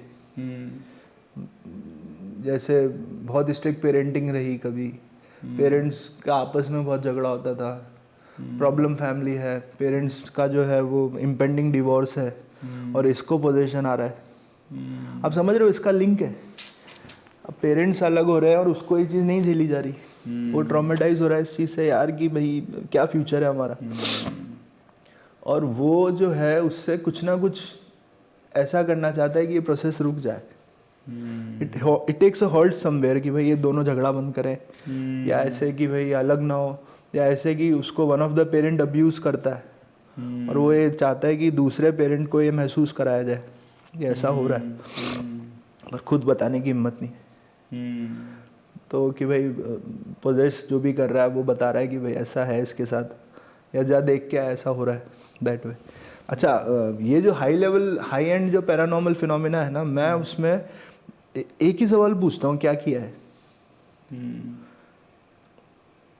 और ये जनरेशन बाय जनरेशन का सवाल है। मैं उनको कॉपी पेन दे देता हूँ and the only thing I ask कि तुम्हारी जनरेशन बाय जनरेशन इसके साथ ये हुआ है, तुम्हारे दादा परदादा सर्टेन किसी ना किसी लेवल पे कुछ गड़बड़ है, मुझे बताओ क्या है। यही मेरा सवाल होता है सबसे पहले। और देखो, उसको एक नेगेटिव फ्रैक्चर्ड साइड से पॉजिटिव में लाने में समय लगेगा, ये बात तो तय है। और मेरा काम उसको होप देना है, वो होप देना जो उसके लिए सबसे ज़रूरी है। और यही काम हर एक डॉक्टर का हर लेवल पे भी है। तो साइकेट्री में ज़्यादा इंटरेस्टिंग इसलिए है क्योंकि मैं उसे समझा रहा हूँ कि ये ठीक हो सकता है अगर हम मेहनत बहुत है, हर तरह से मेहनत है। घर वाले फिर भी अग्रेशन से डरते हैं, हमें उससे डील करना होता है। अग्रेशन भी ऐसा है कि साहब वन ऑफ द टाइम मैंने देखा कि उसने जो अपना ही बेड जो था वो उठा रखा था ऐसे करके, एंड जो हॉस्पिटल वाले बेड होते हैं they are heavy, they are very heavy. और वो जब उसे रोकने भागा तो उसने मुझे रोकने के लिए बेड को फेंका और अंगूठा पकड़ लिया। एंड बाय द टाइम मैं कुछ करता, ही जस्ट स्नैप्ड इट, पूरा पीछे कर दिया उसने अंगूठा पकड़ के। बट समहाउ फिर ऑल लोगों ने धीरे धीरे करके पकड़ के उसको फिर दवाई लगवाई। तो दैट थिंग इट जस्ट उसको इतना था कि वो आउट ऑफ प्रोपोर्शन ब्लो होने से पहले रुक गया किसी तरह से। इन लोगों में एनर्जी लेवल्स बहुत ज़्यादा होते हैं। तो सर ये इतनी स्ट्रेंथ आ कैसे जाती है? हाँ, अब मैं आपको एक्चुअल चीज़ बताता हूँ। सबकॉन्शियस जो है ना, सबकॉन्शियस हमारा कॉस्मिक लेवल पे कनेक्टेड होता है। अच्छा, लोग माने नहीं माने पर ये सच्चाई है। अच्छा, फिर इसको कैसे महसूस करते हो आप? कई बार हमें प्रीमोनिशंस हो जाते हैं, कई बार हमें इंट्यूजन्स हो जाते हैं, किसी से बात करते ही, बात करते करते हमें फील हो जाता है कि यार ये ऐसा कुछ करने वाला है। या हम दूर से ये महसूस कर लेते हैं गड़बड़ है, ये इंसान ठीक नहीं है, से लेकर एग्जैक्टली किसी पर्टिकुलर इवेंट को प्रेडिक्ट कर देना तक। तो सबकॉन्शियस माइंड में एक चीज़ तो ये है कि हमें लगता है कि रजिस्टर नहीं हुआ है, पर रजिस्टर होता है। सबकॉन्शियस हर चीज़ को रजिस्टर करता है। हम उसे रिट्रीव कितने अच्छे से कर पाते हैं वो इस पर डिपेंड करता है कि हमने कितनी बार उसको प्रैक्टिस किया है। एग्जैक्टली, है ना। तो कई बार ऐसा होता है कि एकदम से कोमा की स्टेट से उठा और एक्सेंट चेंज हो गई। और कई बार वन ऑफ द केसेस मैंने देखा वो ब्रिटिश एक्सेंट में बात करने लग गया। अच्छा, पोस्ट ट्रॉमा जब उसका ट्रीटमेंट हुआ, बीच में कोमाटोस रहा है। तो कौन था सर, थोड़ा बताएं इसके बारे में। ये वन ऑफ द पेशेंट्स था जिसको पोस्ट आरटीए मतलब बाइक एक्सीडेंट के बाद मैंने उसको देखा है। Okay. और during the course of treatment फिर धीरे धीरे जो है देयर इज़ अ फिनोमिना जहाँ पे ब्लड कलेक्शन पहले बढ़ता है फिर कम होता है. Okay. तो ये होने के बीच में ही went comatose for a day for like 4 to 5 days वो कोमाटोस रहा है. और मतलब जब कोमा वो में चला गया था. हाँ उसका जो भी ट्रीटमेंट है वो जब तक हमने कंटिन्यू रखा था. जब होश में आया ना तो उसकी ब्रिटिश एक्सेंट थी. और वो इंडियन आदमी था. हाँ मतलब उसका एजुकेशन कुछ बैकग्राउंड आइडिया है? नहीं वैसे तो एजुकेटेड था और बट एक्सेंट चेंज हो गई एकदम से. और वैसे एजुकेटेड था मतलब बिल्कुल लेमैन नहीं था. ओके. और बट ये हमारे लिए अचंभा था कि ये उठा है अभी. एंड कुछ देर तक तो हम सोच रहे थे कि इट्स जस्ट जार्गन स्पीच है, कुछ भी बोल रहा है. बहुत ध्यान से सुनने के बाद कि नहीं ये जो है इसमें इंग्लिश भी बोल रहा है और एक्सेंट आ गई इसमें. Oh my God. तो ये कुछ दिन रहा उसके बाद वो नॉर्मलाइज हो गया था. बट जब आप कहते हो ना कि सबकॉन्शियस रजिस्टर नहीं होता होता है. आपने किसको किस तरह से बात करते देखा, बॉडी लैंग्वेज क्या थी उसकी. अगर आप जोर देने की आदत डालोगे आप डिडक्शन कर लोगे. और डिडक्शन से और कुछ नहीं है. उस समय पे उसका जो बिहेवियर था, जो उसका चलने का तरीका था, उससे मैं ये समझ रहा हूँ कि उसने क्या किया होगा दैट वे. तो ये भी एक आर्ट है वैसे. हर चीज़ रजिस्टर करके रिट्रीव कर पाना. उसने किस कलर के कपड़े पहने थे, किस कलर के उसके बूट्स थे, हेयर स्टाइल कैसी थी, चश्मा वही था या दूसरा था, या वहाँ पे कहाँ खड़ा था, एग्जैक्ट लोकेशन क्या थी दैट वे. और इसका जो हायर वर्जन जो आप कहते हो ना that is remote viewing and out of body experience. यही सबकॉन्शियस लेवल पे. और ये काफ़ी बहुत डीपर एंटिटी है. मतलब बहुत ज़्यादा प्रैक्टिस करी होगी करने वाले ने, कुछ ना कुछ उसकी साइकिक एनर्जी भी ज़्यादा रही होगी. तो अच्छा इस पे क्या था, यूएस का अर्ली 60s एंड 70s का प्रोजेक्ट था दैट वाज टारगेट प्रोजेक्ट. अच्छा. जिसमें ऐसे लोगों को उन्होंने एम्प्लॉय किया था जिनकी साइकिक एनर्जी पहले ही ज़्यादा है और उनको ये यूज़ करते थे रिमोट व्यूइंग के लिए. अच्छा. हाँ. जिसमें कि जो क्वाड्रेंट्स हैं वो उसको दिए जाते थे, या जो आप जो लॉन्गिट्यूड लैटिट्यूड जो है वो उसको कोऑर्डिनेट्स दिए जाते थे. और फिर उससे एग्जैक्टली पूछा जाता था कि यहाँ क्या चल रहा है. सर ये पॉसिबल है कि यहाँ बैठे बैठे हम कहीं और चीज़ देख सकते हैं मतलब? हाँ. तो वो फिनोमिना जो है ना वो ये है कि एक तो इनकी साइकिक एनर्जी ज़्यादा है और बार बार मेडिटेशन करने के बाद इनकी जो ड्रीम लाइक स्टेट होती है ना, उसमें ये चीज़ों को देख सकते हैं. मतलब लूसिड ड्रीम की तरह नहीं कहेंगे. अच्छा इनका भी बहुत हाई लेवल ऑफ ट्रेनिंग होगा जहाँ पे एग्जैक्टली 4 देखी हुई चीज़ों में से क्या सही है ये जानते हैं. और इसमें इनगो स्वेन करके एक राइटर भी है. इनगो स्वेन INGOSWIN इनगो स्वेन. अच्छा उसका जो लिखा हुआ है बुक उसमें भी वही कि वो हालांकि बहुत ज़्यादा मेटिकुलसली नहीं जॉट डाउन करता था, बट समहाउ उसको रियलाइजेशन था कि कितना उसमें रियल है. अच्छा. और कई ऐसी चीज़ें हैं जो उसने बोली है और वो सच निकली ओवर द टाइम. तो सच थिंग्स ऑल्सो एग्जिस्ट. और एक और जो थ्योरी है वो ये कहती है कि आपके कर्मा का रिकॉर्ड जो है ना वो हमेशा रहता है. जिनको आकाशिक आकाशिक रिकॉर्ड्स आप बोलते हो. कुछ लोग इसको टैप करना जानते हैं. और आकाशिक रिकॉर्ड्स आपको I don't know how exact with the future, but जो पास्ट के इवेंट्स हैं उनका तो एक रियलाइजेशन दे ही सकता है. फ्यूचर का आई डोंट नो, मैं उस पर कोई कमेंट नहीं करूँगा. हाँ बट जैसे जो एक तरीके वो थी पास्ट लाइफ रिग्रेशंस भी होते हैं, वो भी शायद साइकेट्री के अंदर यूज़ करते हैं कई लोग. डॉक्टर वीस हैं. वो इस चीज़ को काफ़ी अच्छे से करते हैं. बट मैं उसमें बस एक ही चीज़ कहूँगा कि आप ये लाइन ड्रॉ नहीं कर सकते कि कहाँ वो फिक्शन है कहाँ रियलिटी. वो थोड़ा सा डिफिकल्ट. मेरे हिसाब से वो एक टाइप ऑफ बेसिकली क्या बोलते हैं इसको, ट्रीटमेंट है जो कुछ लोगों के लिए वैसे काम कर जाता है. हाँ. तो भाई आप उसको मौका दे रहे हो उन विचारों को रखने का. उसको एक इमोशनल एंड साइकोलॉजिकल वेंटिलेशन दे रहे हो. जो बंद रोशनदान है उसके मन में उसको खोल रहे हो. और आप उसे मौका दे रहे हो कि भाई क्या ये सच है या नहीं, ये तो सवाल रहेगा, ये तो रहेगा. बट आपने उसको मौका तो दिया बाहर निकालने का. सही बात है. तो ये बहुत मैटर करता है. और एक पॉइंट ऑफ टाइम पे देखो बाय द लिटरेचर बात करूं तो शुरुआत में सिगमंड फ्रॉइड भी हिप्नोसिस को यूज़ करता था. फिर धीरे धीरे उसने उसको चेंज करके फ्री एसोसिएशन कर दिया। अब फ्री एसोसिएशन क्या है कि आपने उसको लिटा दिया है और उसको कहा कि अभी जो भी आपके दिमाग में आ रहा है just say it in no particular order, जो भी है जस्ट से इट।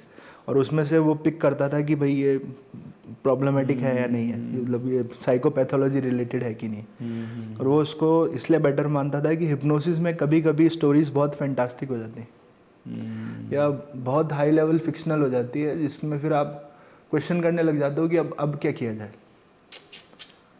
कभी कभी एक ऐसा पॉइंट रहता है इसका, उसका कोई सोल्यूशन ही नहीं होता, हाँ, स्टोरी कोई एंड ही नहीं है, वो फ्री एंड पे घूम रही फ्री होती एंड पे है। घूम रही, तो फिर आप उसकी आगे फिर कैसे हेल्प करोगे। ये भी है भाई, एक पीयर शेप्ड होता है हर एक इंटरव्यू जो होता है ना, उसकी शेप एक पीयर शेप में होती है। पहले मैंने उसमें ओपनिंग करी इंटरव्यू की, उसके बाद उसमें जो इम्पोर्टेंट तथ्य थे या फैक्ट्स थे वो धीरे धीरे उजागर होने शुरू हुए, and the end of it is closure, वो खत्म हुआ है। बिल्कुल। और वो इंटरव्यू वहाँ ख़त्म होने का मतलब ये भी होता है कि उन चीज़ों को आप उसके दिमाग से निकालने में हेल्प कर रहे हो। तो अगर वो तब नहीं हुआ है, अगर क्लोजर नहीं हुआ है ठीक से, तो प्रॉब्लम स्टेटमेंट भी वहीं का वहीं खड़ा है। बिल्कुल, स्पाइरल एंड बन हाँ जाएगा। हाँ, तो ये एक इम्पॉर्टेंट एजेंडा होता है।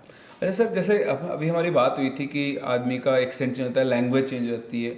चलिए, आपने वो जो केस किया था उसमें एक उसका ट्रॉमेटिक हुआ था। मेरे पास एक केस आया था जिसमें कुछ लड़कियां थी, वो घूमने गई थी, एक घर उन्होंने लिया, और उस घर में जाने के बाद वो जो लड़की थी उसके अंदर बिहेवियरल चेंजेस आए, उसमें सॉर्ट ऑफ जैसा बोला गया पोजेशन आया, और पोजेशन के टाइम पे उसने मराठी बोलना शुरू कर दिया, जबकि वो ना तो उसका ओरिजिन मराठा था, है ना, मतलब वो महाराष्ट्र में नहीं थी, और ना ही उसने कभी ज़िंदगी में अपनी मराठी बोली है ना सीखी है। उस पर्टिकुलर प्लेस पे जाकर ही 2 दिन, मतलब उस सेम नाइट को उसने मराठी में बोलना शुरू कर दिया। तो मतलब इसको हम पोजेशन बोलेंगे या फिर ये भी मतलब type of split personality disorder है क्या? नहीं। एक्सप्लेन कर सकते हैं इसको? थोड़ा इसका अपन को और डिटेल हिस्ट्री चाहिए होगा, but can be position, can be, मना नहीं कर सकता मैं तब तक नहीं कमेंट कर सकता जब तक मुझे उसके सारी की सारी चीज़ें नहीं पता। अच्छा, ये भी हो सकता है कि वोरेशियस रीडर हो और कई बार अलग अलग बुक्स में मल्टीपल ट्रांसलेशंस होते हैं। मल्टीपल ट्रांसलेशंस होते हैं, जैसे कि कुछ कुछ कहानियों में आपने देखा होगा कि वो part of the person belonging to that era, और वो उस लैंग्वेज का बोल देता है और उसके नीचे उसका ट्रांसलेशन होता है कि भाई ये बोल दिया इसने। तो हो सकता है कि वो सेम वे उस चीज़ से कनेक्ट कर गई है। अच्छा, इसको कैसे समझाया जाए? इसको समझाया जाएगा, भूल भुलैया देखिए आपने? हाँ, तो वो लड़की दादी जो है वो दादी के साथ रही थी, और दादी आई थिंक एक मैं आपको इंटरप्ट करूंगा, सॉरी फॉर, पर मेरे को लगता है इंडिया में शिजोफ्रेनिया के बारे में लोगों ने जाने उस मूवी के बाद है। हाँ, ये सच है, ये सच है। स्किज़ोफ्रेनिया भी और स्प्लिट पर्सनैलिटी भी, उसके बाद तो फिर कई ऐसी मूवीज़ बनी है, एंड आई टेल यू बहुत सुंदर बनी। और इसमें से एक मूवी है अपरिचित, हाँ, बहुत खतरनाक। और उसके बाद एक मूवी है ग्लास। ग्लास से पहले उसका जो पुरानी स्टोरी है, 2 मूवीज़ हैं, स्प्लिट एंड ग्लास। अगर आपको कभी वक्त मिलता है तो आप उसको देखना, बड़ा इंटरेस्टिंग है उसको। और एक और मूवी है जो डॉक्टर जॉन नैश के ऊपर बेस्ड है। Doctor John Nash later on schizophrenic diagnose हुए थे। उन्हें लगता था कि अखबार में जो पजल्स आते हैं ना, उनमें कुछ कोड है। और उसको ओवर द टाइम ये रियलाइज़ हुआ कि वो CIA के लिए काम करता है। और काम क्या करता है वो, ये क्या कहते हो आप, ग्राफ, इट्स कॉल्ड, मैं वर्ड भूल रहा हूँ, बट उनका काम यही होता है कि डिकोडिंग करते हैं अच्छा, हिडन मैसेजेस की। और ओवर द टाइम वो इतना बढ़ता चला गया कि ही वाज लाइक कि उसको किसी ना किसी तरह से जो इम्पेंडिंग वॉर है उसको रोकना है। और वो उसके लिए मल्टीपल चीज़ों को पढ़ना शुरू करना, पजल अलग अलग जगह से सॉल्व करना। ओवर द टाइम फिर ये डायग्नोज हुआ कि नहीं, स्किज़ोफ्रेनिक है। और वैसे बहुत फेमस मैथमेटिशियन है वो, बहुत मतलब ब्रिलियंट माइंड है अपने टाइम का। तो अब इसको सरफेस करना, इसका प्रेजेंटेशन कैसा होगा और इसके सिम्टम्स कैसे होंगे, ये आप नहीं प्रेडिक्ट कर सकते हैं। वही बात है जैसे मैंने आपसे कहा था कि out of the blue phenomena है। जैसे एक और वर्ड जो इसके लिए यूज़ करते हैं ना साहब, that is light bulb phenomena. अच्छा, ठीक है, बट इस बल्ब का स्विच कहाँ है आपको नहीं बता सकते, कब ऑन हो जाएगा आपको नहीं पता है। तो किताबों में इसको ऐसे समझा रखा है कि एक तो प्राइमरी डेल्यूजन है, और primary delusion out of the blues है। इससे रिलेटेड सेकेंडरी डेल्यूजन्स हैं, मल्टीपल, बहुत सारे हो सकते हैं। हाँ, और उसके अलावा टर्शरी डेल्यूजन है, एक पूरा वेब है। जब आप बात कर रहे हो तो आप धागे खींच रहे हो, धागे खींच रहे हो, धागे खींच रहे हो, धागे खींच रहे हो। कैसे कि इससे रिलेटेड है, इससे रिलेटेड है, इससे रिलेटेड है। और हो सकता है कि चांस ये मिले कि आपने ओवर द इंटरव्यू सेशन ये ढूंढ लिया कि प्राइमरी डिल्यूजन क्या था, इसकी शुरुआत कहाँ से हुई है, दैट वे। ये थोड़ा सा पेशेंटली वेट भी करना पड़ता है, बहुत सोच समझ के सवाल बनाने होते हैं। अच्छा, जैसे इसके लिए उन्होंने किताब में बड़ा अच्छा सा एग्जाम्पल दे रखा है कि बिकॉज, इंग्लिश से हिंदी में मैं ट्रांसलेट करूँगा कि because there is a crown on my spoon, I belong to the royal family. ठीक है, और इसका सेकंड पार्ट है because I belong to the royal family the king saluted me in the parade. ठीक है, अब आप इसका जो इंटरप्रिटेशन है वो देखो कि क्योंकि मेरी चम्मच पे क्राउन बना हुआ है तो मैं रॉयल फैमिली से हूँ। अब आप इसको कैसे एक्सप्लेन करोगे, उससे आप बार बार पूछोगे कि तू ही रॉयल फैमिली से कैसे है, तू रॉयल ब्लड कैसे हुआ, तो उसका जवाब ये देगा कि चम्मच पे देखो ना क्राउन बना हुआ है। नहीं समझा पा रहे आप उसको, है ना। और आप उससे सेकंड पार्ट के लिए पूछोगे कि राजा ने तुझे सल्यूट क्यों किया था, क्योंकि मैं रॉयल फैमिली से हूँ। ये समझ में आ गया आपको। प्राइमरीली आप नहीं समझ पाओगे। इसीलिए कई बार मुझसे लोग पूछते भी हैं कि साहब ये कैसे हो गया, और आप इस संदर्भ में क्या बोलना चाहोगे या आप कैसे समझाओगे। तो मैं उनको ये कहता हूँ कि भाई प्राइमरीली जो चीज़ हुई है ना, उसको मैं आपको कहानी पूरी सुना भी दूंगा तो भी आप तार नहीं जोड़ पाओगे उसका। बाकी चीज़ों का आप जोड़ लोगे कि भाई मेरी बुआ भी ऐसी है, मेरी चाची भी ऐसी है, चाची भी उनके साथ मिली हुई है देखो, या चाची भी बदल गई है, वो चाची चाची नहीं है, कोई और है जो चाची बन के आया है। आप उसको अब आप जोड़ना शुरू कर सकते हो कि ये जो है ना, जिसको आप मेटामॉर्फोसिस कहते हो, कि ये कोई और था और कुछ और बन गया है, दैट वे।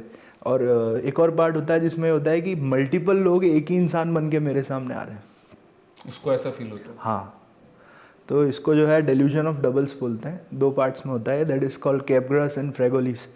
और इसका शुरुआत इसलिए हुई थी क्योंकि एक तो प्रेजेंटेशन ये हुई कि एक ही इंसान अलग अलग रूपों में मेरे सामने आ रहा है। आप ये कि है वही इंसान, और रूप बदल बदल के अलग अलग फॉर्म में ये मेरे पास आता है। और दूसरा है कि अलग अलग लोग एक ही इंसान बन के मेरे सामने आ रहे हैं। अच्छा, ठीक है। और मेटामॉर्फोसिस ये है कि ये इंसान धीरे धीरे करके दूसरे इंसान में कन्वर्ट हो रहा है, दैट वे। तो ये है उसी कहानी के अलग अलग हिस्से। तो सर इसमें जैसे अपनी बात हुई थी, जैसे कहीं गए और जो ट्रिगर हो गई वो चीज़, तो ऐसा रीज़न होता है कि मतलब फ्रीक्वेंसीज मैच हो जाती है, मतलब जो उस इंसान के जो एनर्जी, जो कॉन्शियसनेस वहाँ पे घूम रही होगी, मान लो ट्रैप हो गई है, किसी के वहाँ पे कोई पेनफुल डेथ हुई है या फिर उसकी कोई इच्छा पूरी होगी, तो उसकी जो एनर्जी है वहाँ पे घूम रही है, और आप वहाँ पहुँचे और आपकी जो माइंड फ्रीक्वेंसी है, जिस फ्रीक्वेंसी आपका माइंड ऑपरेट कर रहा है, और वो जो है वो दोनों एक जगह कनेक्ट हो जाता है, तो उसकी वजह से कोई ऐसा ट्रिगर होता है? हो सकता है। देखो, अभी रिसेंट में मैंने एक रिसर्च आर्टिकल पढ़ा है जिसमें वो कहता है कि there is something called grounding. जब आप नंगे पैर गीली मिट्टी पे चलते हो, ठीक है, और उसने ओवर द टाइम स्टडी किया तो उसके जो डिप्रेशन एंड इंसोम्निया था ना, वो ठीक होने लग गया। तो एक सर्टेन फ्रीक्वेंसी पे हमारी बॉडी भी कुछ ना कुछ है ऐसा जो करता है, और वो उससे रेजोनेंस में आते ठीक होने लग गया। तो उसका जो एज ओल्ड इंसोम्निया था जिसके लिए दवाएं खा रहा था वो धीरे धीरे बंद हो गया। अब उस पर और रिसर्च वर्क भी है जो उसके मतलब जो उसके फेवर में और नहीं है, वो बात की चीज़ है। उसने जो महसूस किया उसने पब्लिश किया। तो हो सकता है कि हमारी भी एक पर्टिकुलर रेजोनेंट या फ्रीक्वेंसी हो जो उस एनर्जी ने मैच कर ली। इसका सही एक्सप्लेनेशन तो यही है, और उसके कारण भी 10 तरह के हो सकते हैं। हो सकता है कि उसके आसपास जो सर्कमस्टांसिस थे वो भी सिमिलर थे, या ये हो सकता है कि उसका जो सर्टेन ट्रॉमा था वो भी उसी तरह का हो बिल्कुल। तो भाई एनर्जी टू एनर्जी है। अगर देखो एनर्जी का खुद का तो कोई वो नहीं है, बट जिस सर्कमस्टांसिस में उसकी डेथ हुई है वो ये एक्सपेक्ट करता है कि भाई ये शायद समझेगा, दैट वे। तो ये हो सकता है। हाँ, क्योंकि 10 लोगों में से किसी एक को सिलेक्ट करना और उसी से इंटरैक्ट करना, तो कोई ना कोई तो उसका रीज़न है ही है। हाँ, तो वो उस तरह से हुआ है। और सेकेंडरी टू इट मैं ये कहूँगा कि देखो ये जो है ना थोड़ा सा ग्रे है ये एरिया, क्योंकि लोगों को पता तो है कि we are all energy forms in one way और द अदर, और साइकिक फिनोमिना भी एग्जिस्ट करते हैं। तो अब वो उस लेवल के नहीं है जैसा मूवीज़ में दिखाते हैं कि वो उसमें टेलीपैथिक कनेक्शन बना लेता है, या कुछ करते भी हो तो हमें नॉलेज नहीं। सर मेरे पास एक स्टोरी आई थी बहुत पहले, मैंने सुनाई तो नहीं है वो, हाँ। बट उसमें क्या था कि एक लेडी थी जो बेसिकली ब्लैक मैजिक वगैरह किया करती थी, तो उसके पास एक कौवा था।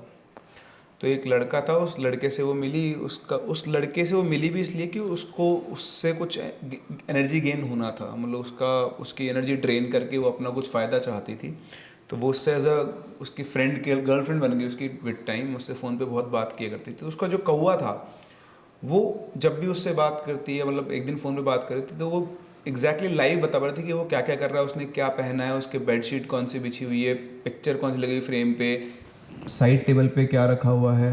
और वो कह रहा था कि तुम मुझे देख कहाँ से रही हो। तो उसने बोला कि तुम्हारे खिड़की पे देखो एक कौवा बैठा हुआ है, उस कौवे की आँख के थ्रू मैं तुमको देख रहा हाँ तो रिमोट व्यूइंग कर रही है, देखो आप।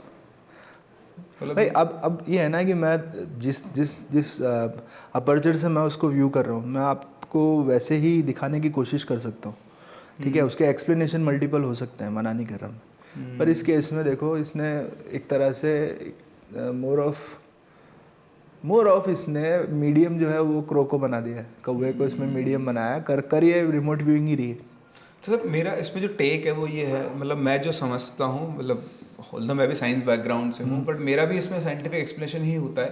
जैसे आज एक कैमरा लगा हुआ है, आप अपने घर से दूर हैं और वाईफाई के थ्रू कैमरा आपको घर की सारी पिक्चर्स भेजता है, आप लाइव देख सकते हो आपके घर में क्या चल रहा है। सो इज इट पॉसिबल कि ये भी एक टेक्निक हो जिसके हाँ थ्रू वो हाँ, एक लिविंग बीइंग को एक उसके अंदर कन्वर्ट कर कन्वर्ट कर सकते हैं? सकते हैं, हाँ ये हो सकता है। देखो इसके सपोर्टिव लिटरेचर हमारे पास नहीं है, नहीं है। पर ये हो सकता है इन द फ्यूचर कोई करके दिखाए, डेवलप कर ले कुछ ऐसा। हाँ जैसे देखो मेरे पास ना जो मैं पढ़ता हूँ उसके बारे में आपको बताता हूँ।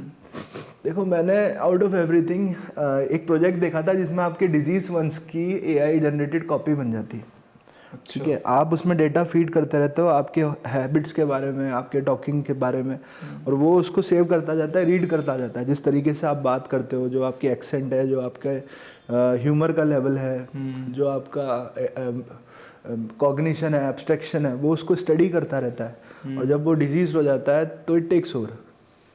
ओके। वो ऐसा भी नहीं महसूस होगा आपको, है वो एआई जनरेटेड ही, पर अब आपको अपनी प्रेजेंस महसूस कराता रहेगा, अच्छा। ठीक है। तो वो चाहे तो आप जैसे फ्रिज पे लगा दिया आपने, ये टीवी से कनेक्ट कर रखा है, तो वो बात करने का तरीका हो गया, सवाल पूछने का तरीका हो गया, वो उसको हूबहू मैच कर सकता है। बट एक कैच है यहाँ पे, एक कैच है।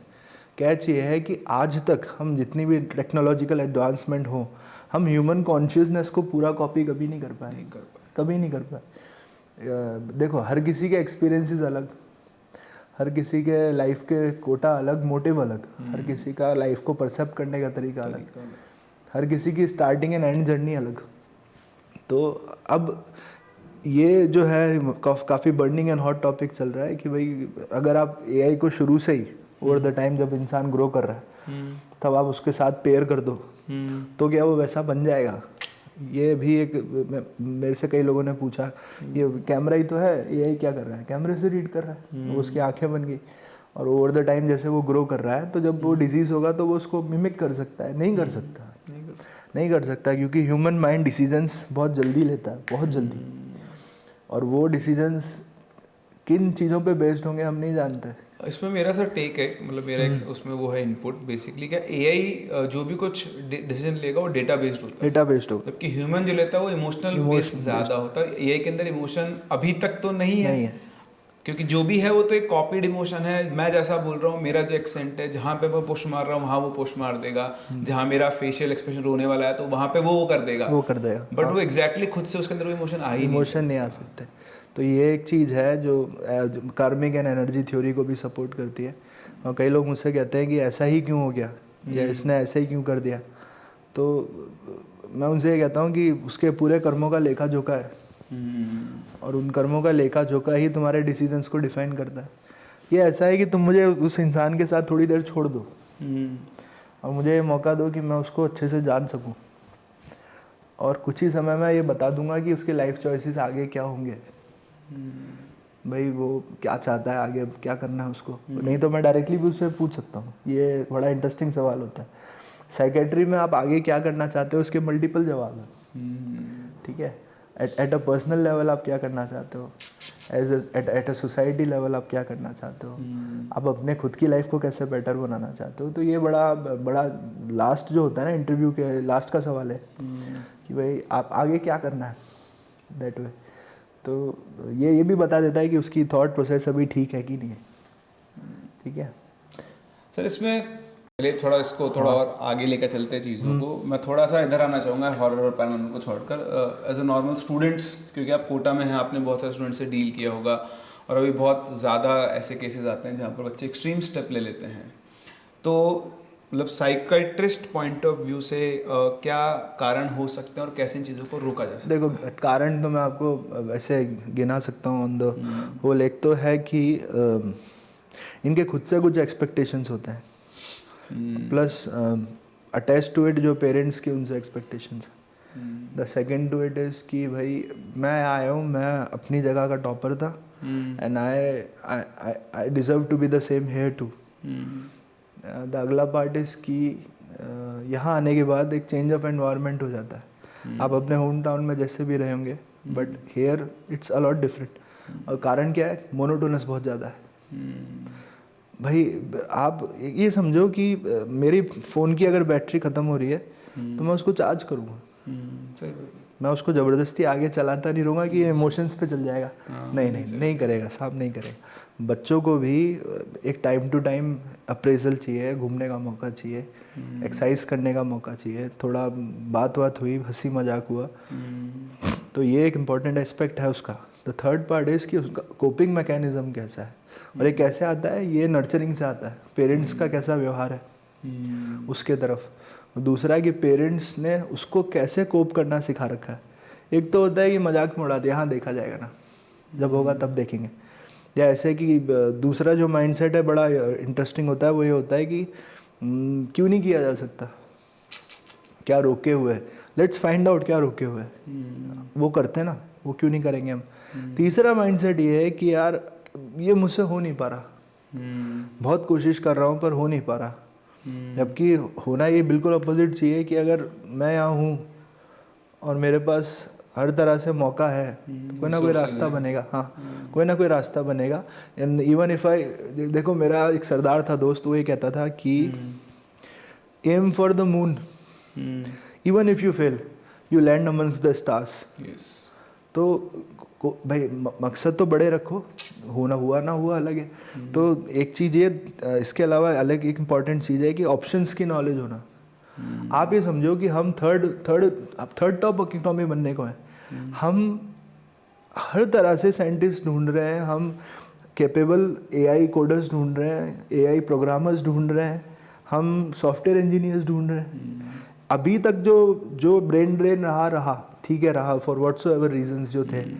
अब ये मौका है कि हमारे पास खुद के एक्सपर्ट्स हो हर चीज़ के।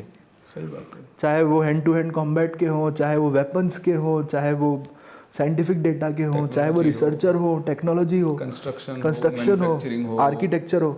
तो आप उन्हें ये समझाओ ना कि भाई चलो एक टाइम ऐसा हमारे देश में रहा है कि हम ग्रो कर रहे थे। अब क्या है, अब मौका भी है, दस्तूर भी है, और अब करने का टाइम भी है। तो मेरे हिसाब से ना, जितनी भी जनता अब बाहर रह रही ना, अब उन्हें धीरे धीरे रियलाइजेशन होना शुरू होगा कि इंडिया से बेटर कुछ नहीं था। अपना देश, अपना मिट्टी, अपना खाना, अपना रहना, और सबसे बड़ी चीज़ अपने घर वालों का चेहरा दिखते रहना। बिल्कुल, ये कोटा की लाइफ में मिसिंग होता है। आपने उसे किला फतेह करने के लिए भेज दिया है और उसको हथियार बहुत कम दिए हैं, असला बारूद उसके पास बहुत ज़्यादा नहीं है सिवाय इसके, है ना। और इसको भी उसे धार देनी है, अभी धार देनी बाकी है। बिल्कुल सही। क्योंकि कंपटीशन में जो बैठने के लिए आया है वो ये भी जानता है कि हर कोई तैयारी कर रहा है, और अगर मुझे उससे आगे निकलना है ना, तो मेरी नॉलेज थोड़ी सी ज़्यादा होनी चाहिए। तो ये चीज़ है। दूसरा कि बहुत हमने उसको बहुत हार्ड एंड फास्ट कर दिया है यार, कि ये ऐसे ही होता है। डॉक्टर नहीं बनोगे तो कुछ नहीं, आईएएस नहीं बन सकते तो कुछ नहीं, इंजीनियर। भाई अब ये कैसे समझाया जाए, कई लोग इसका दूसरा काउंटर ओपिनियन देते हैं कि वो टारगेट तो रख रहा है, कोशिश तो कर रहा है, हाँ ये अच्छी चीज़ है, बट नहीं मिलने पे जान दे देना उसका सोल्यूशन नहीं है। बिल्कुल नहीं है। तो अक्सर बच्चों से मैं ये कहता हूँ कि टारगेट बड़ा रखो, डेली मेहनत करो, पर हमेशा अपना दिमाग इस चीज़ के लिए खुला रखो कि मेरे अपॉर्चुनिटीज़ कहाँ पे रखे हैं भाई। एक तो होता है कि मैं उसके बगल से गुजर गया और मैंने देखा नहीं, यहाँ एक अपॉर्चुनिटी थी, है ना। और जब तुम कुछ नया करके दिखाओगे तभी तो और लोगों को बताओगे कि भाई मैंने अचीव किया है, सही बात है, मैंने अपने लिए यहाँ तक रास्ते बनाए। तो ये बहुत ज़रूरी है बच्चों को बताना कि मेहनत करो, मेहनत कभी बेकार नहीं होगी, नहीं होगी, वो तुम्हारे लिए और चीज़ों के लिए रास्ते बना देगी। वो आज नहीं तो कल आपको रिजल्ट देती ही देगी, बिल्कुल देगी। आप अगर अपने अच्छा, फिर एक और बात मैं लास्ट चीज़ जो आपको बताना चाहता हूँ वो ये है कि आप किस लेवल पे उसको नर्चर कर रहे हो बच्चे को, ये बहुत मैटर करता है। आप उसे शुरू से ही भाई, ब्रिटिश इंडिया में, ब्रिटिश कॉलोनियल सिस्टम में एजुकेशनल सिस्टम को डेवलप करने का इकलौता रीज़न था कि लेबरर्स चाहिए थे, उन्हें फैक्ट्री वर्कर्स चाहिए थे। वो लोग जो अपना दिमाग नहीं लगा रहे, उन्हें कोई किसी तरह की जो अलग से इन्वेंशन बनाना या मोटिवेशन लेना वो सब नहीं करना था, उन्हें सिर्फ काम करना था। और उनको एजुकेशन उतनी चाहिए जितना वो काम कर सके, 9 to 5। बिल्कुल। तो उस चीज़ को उन्होंने इस तरह से भी पिक्चराइज किया, हालांकि इनका तरीका बहुत वेंडलिस्टिक था। आप सच बोलो तो आप किसी में ये बोलो कि यार तुम्हारी तो अक्ल ही इसलिए कम है क्योंकि तुम इंडियन हो। बिल्कुल। तुम्हारा तो अभी तक का सिस्टम ही इतना ख़राब है कि तुम उसे नेगेटिव हिस्ट्री बता भी रहे हो और बार बार उसे महसूस भी करा रहे हो, जबकि वो हिस्ट्री नेगेटिव नहीं है। आई थिंक मैंने पढ़ा इंडियन वर्ड का मतलब ही होता है गरीब और वो जो गुलामी को सहता रहे। नहीं तो ये आते हैं ना, रिकॉर्डिंग करते हैं ना यहाँ पे इंडिया में आके, वो जो एक्चुअल में गंदा दिख रहा है उसकी वीडियोस लेके चले जाते हैं, और ये है इंडिया। नहीं है इंडिया ये भाई। और अब तो खैर इंडिया इसका जवाब खुद दे रहा है, तो ये तो सबसे अच्छा पार्ट है इस कहानी का कि आगे तो देखो तुम्हें पता चले। इसको तो कर्मा बोलते हैं। हाँ, इसको कर्मा बोलते हैं। तो अब बिल्कुल उल्टा है, अब वो लोग इंडियन कल्चर को अडॉप्ट कर रहे हैं और उसे पसंद भी करते हैं। हाँ, पूरा वेस्ट जो यूएस है वो योगा करता है, इंडियंस फिर भी नहीं करते। नॉट इंडियंस, भारतीय। हाँ तो हम लोग तो खुद उसको अब देखो, मैं अवेयरनेस आ रही है। और देखो सच्चाई बताऊं तो अब जो है ना, अब इन्हें को फ्री छोड़ देना चाहिए कि कुछ नया करो, कुछ नई चीज़ की बात तो करो, कोशिश तो करो। थ्योरेटिकल ऑन पेपर फेल होगा, कुछ और तरीका मिलेगा। अच्छा, बार बार फेल होके तो सक्सेस मिलती है यार, किसको पहली बार, मतलब बहुत रेयर केसेस में मिल गई। बट तो हमें ग्रेट इन्वेंटर्स मिल सकते हैं, हमें ग्रेट साइंटिस्ट मिल सकते हैं, हमें ग्रेट प्रोग्रामर्स मिल सकते हैं। फेल होके तो आगे बढ़ोगे। सही बात। तो भाई एक बार में तो वो जो हमारे पुराने लोग बोलते थे ना, एक बार में तो हांडी भी नहीं चढ़ती। सही बात है। तो एक बार में रोटी भी गोल नहीं बनती। हाँ। तो ये चीज़ मैं हमेशा बच्चों से कहता हूँ कि यार देखो, अपने पैशन को ढूंढो और अपने पैशन को ढूंढने के बाद उसे डायरेक्शन दो। और ऐसा एक दिन भी नहीं होगा जब तुम्हें लो फील होगा, तुम्हें ऐसा लगेगा कि यार बहुत मोनोटोनस है, क्योंकि तुम्हारा मोटिवेशन ये होगा कि यार ये मेरा पैशन है और इसमें मैं जो ऐड कर रहा हूँ ना वो मेरा कंट्रीब्यूशन है दुनिया को। सही बात है। अब एक अच्छा म्यूजिशियन जो है वो इसलिए कंपोज नहीं कर रहा क्योंकि हाँ उसको पैसा नहीं, वो इसलिए कर रहा है कि मैं इसमें कुछ नया जोड़ूंगा, ये उसका पहला और आखिरी प्यार है। तो ऐसे में हमें ये प्रमोट करना चाहिए कि अपने पैशन को ढूंढो। हो सकता है कोई बहुत अच्छा म्यूजिशियन हो, इंस्ट्रूमेंट प्लेयर हो सकता है बहुत तेज एब्स्ट्रैक्शन हो उसका, बहुत जल्दी चीज़ें कॉग्नाइट कर लेता है, बहुत जल्दी ग्रास्प कर लेता है। ये हमारी जिम्मेदारी है बेसिकली, हमें उनको बताना कि बेटा ये तो तुम बहुत अच्छा करते हो।